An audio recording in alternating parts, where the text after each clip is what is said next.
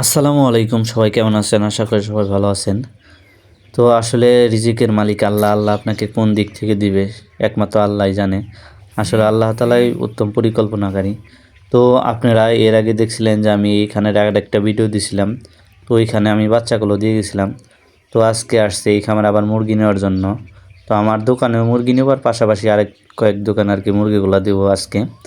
তো এইখানে আসার পর দেখলাম যে মুরগিগুলো এত সুন্দর ওয়েট আসছে যা কিনা বলার বাইরে।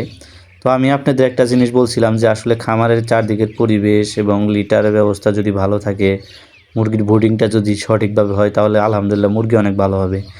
যেই কথা সেই কাজ। আসলে যে খামারটা দেখাইছিলাম এটা মূলত ছিল ছাগলের খামার।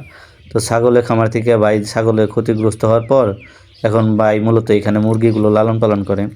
তো আলহামদুলিল্লাহ দেখলাম যে খামারে আসার পর যে মুরগিগুলো এত সুন্দর মুরগি হয়েছে আপনার কত মানে 33 দিনে মোটামুটি 33 থেকে 34 দিনে আপনার গড় ওজন আসছে আপনার 25-26 এইরকম গড় ওজন এসে পড়ছে। তার সাথে অনেক বড় বেশি আছে আর কি। তো আসলে আমাদের সবচাইতে বেশি খেয়াল রাখতে হবে যে খামারের পরিবেশ এবং লিটার ব্যবস্থার ভিতরে যে গ্যাস হয় কিনা এই বিষয়গুলো খেয়াল রাখতে হবে। তো সব দিক দিয়ে যদি আপনি খামার ম্যানেজমেন্টটা ঠিক রাখতে পারেন তাহলে আপনি কখনো ব্রয়লার মুরগির খামারে লস খাবেন না।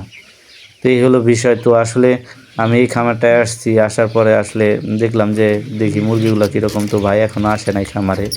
তো তার আগে আমি খামারে ঢুকে মুরগিগুলো দেখার জন্য এই যে ঢুকতেছি। তো ঢোকার পর আসলে খামারটা দেখে মনটা জোড়াই গেছে আর কি মুরগিগুলো দেখে। কিন্তু সবচাইতে একটা জিনিস খারাপ লাগছে সেটা হলো আপনার লিটারটা পরিষ্কার না। মুরগিগুলো একটু নোংরা নোংরা দেখা যাইতেছে। দেখা যাচ্ছে মুরগির গায়ে অনেক ময়লা লেগে গেছে। এর কারণে মুরগিগুলো একটু দেখতে ওইরকম সুন্দর লাগতেছে না। কিন্তু আলহামদুলিল্লাহ মুরগি অনেক ভালো হয়েছে, ওয়েটও অনেক ভালো আসছে। তো এই হলো আজকের ভিডিও।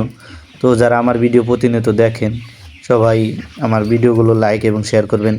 তো আজকের মতো এ পর্যন্তই। সকল ভালো থাকবেন, সুস্থ থাকবেন। আসসালামু আলাইকুম।